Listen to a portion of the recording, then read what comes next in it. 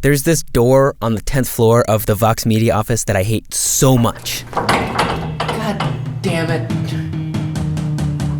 You ever get this door wrong? Pretty regularly. Have you seen people misuse it? All the time, every day. Constantly. I hate this door. Me too, Kelsey. But here's the thing. As soon as you start looking for confusing doors, they are everywhere. It's push. Why? I feel like Roman Mars would know about this.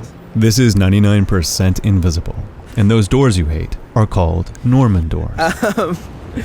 What's a Norman door? Don Norman wrote the essential book about design. He is the Norman of the Norman door. All right, and where is this guy? You must go to San Diego. Okay.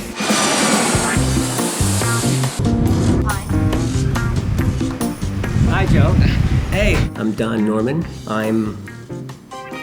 It's hard to describe what I am. Well, he's been a professor of psychology, professor of cognitive science, professor of computer science, a vice president of advanced technology at Apple. But for our purposes, I was spending a year in England, and I got so frustrated with my inability to use the light switches and the water taps and the doors even, that I wrote this book.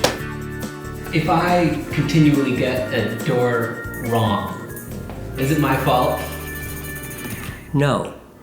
In fact, if you continually get it wrong, and if other people continually get it wrong, good sign that it's a really bad door. a Norman door is one where the design tells you to do the opposite of what you're actually supposed to do, or gives the wrong signal and needs a sign to correct it. Why does it need an instruction manual? That is, why do you have to have a sign that says push or pull? Why not make it obvious? It can be obvious if it's designed right. There are a couple of really simple, basic principles of design, and one of them I'll call discoverability. When I look at something, I should be able to discover what operations I can do. The principle applies to a whole lot more than doors. And it's amazing with many of our computer systems today. You can look at it, there's no way of knowing what's possible. Should I tap it once or twice, or even triple tap? So discoverability, when it's not there, well, you don't know how to use something. Another is feedback.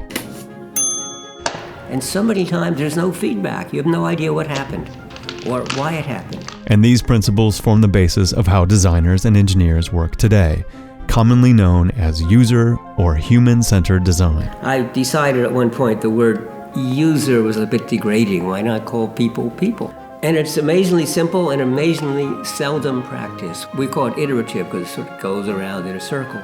We go out and we observe what is happening today. We observe people doing the task. And from that, we say, oh, we have some ideas. Here's what we should perhaps propose to do. Then you prototype your solution and test it.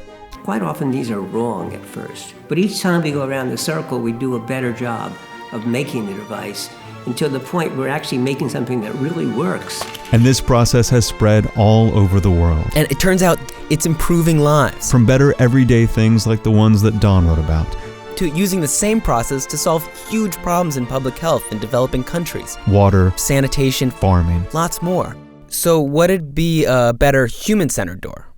An ideal door is one that as I walk up to it and walk through it, I'm not even aware that I had opened the door and shut it. So if you had a door which had a flat plate, what could you do? Nothing. The only thing you can do is push. So see, you wouldn't need a sign. A flat plate, you push. This kind of push bar with the piece sticking out on one side works well too, so you can see what side you're supposed to push on. The vertical bars could go either way. A simple little hand thing, though, sort of indicates pull. But we still have terrible, terrible doors in the world. So many of them. There are lots of things in life that are fairly standardized, and therefore, whether I buy this house or not is not a function of whether it has good doors in it. And so, except for safety reasons, doors tend not to be improved. But the tyranny of bad doors must end. I think that it's a really shitty design. The fact that they put a pull handle when it's a push. And it should be a flat panel right here. And not a pull handle. That's how I feel about the store. It's very misleading. I agree. You're right, Becky. You're goddamned right. And if we all thought like you, well, we might just design a better world together. It won't open because it's a security door. What the f*** are you two doing? Hey, so as you can see, since I started making this video, they've since changed the door a little bit. I guess it's a step in the right direction. Thank you so much for watching, and to 99% Invisible, one of my favorite podcasts. It was so much fun to collaborate with them. Thank you, and check them out on any podcast app or 99pi.org.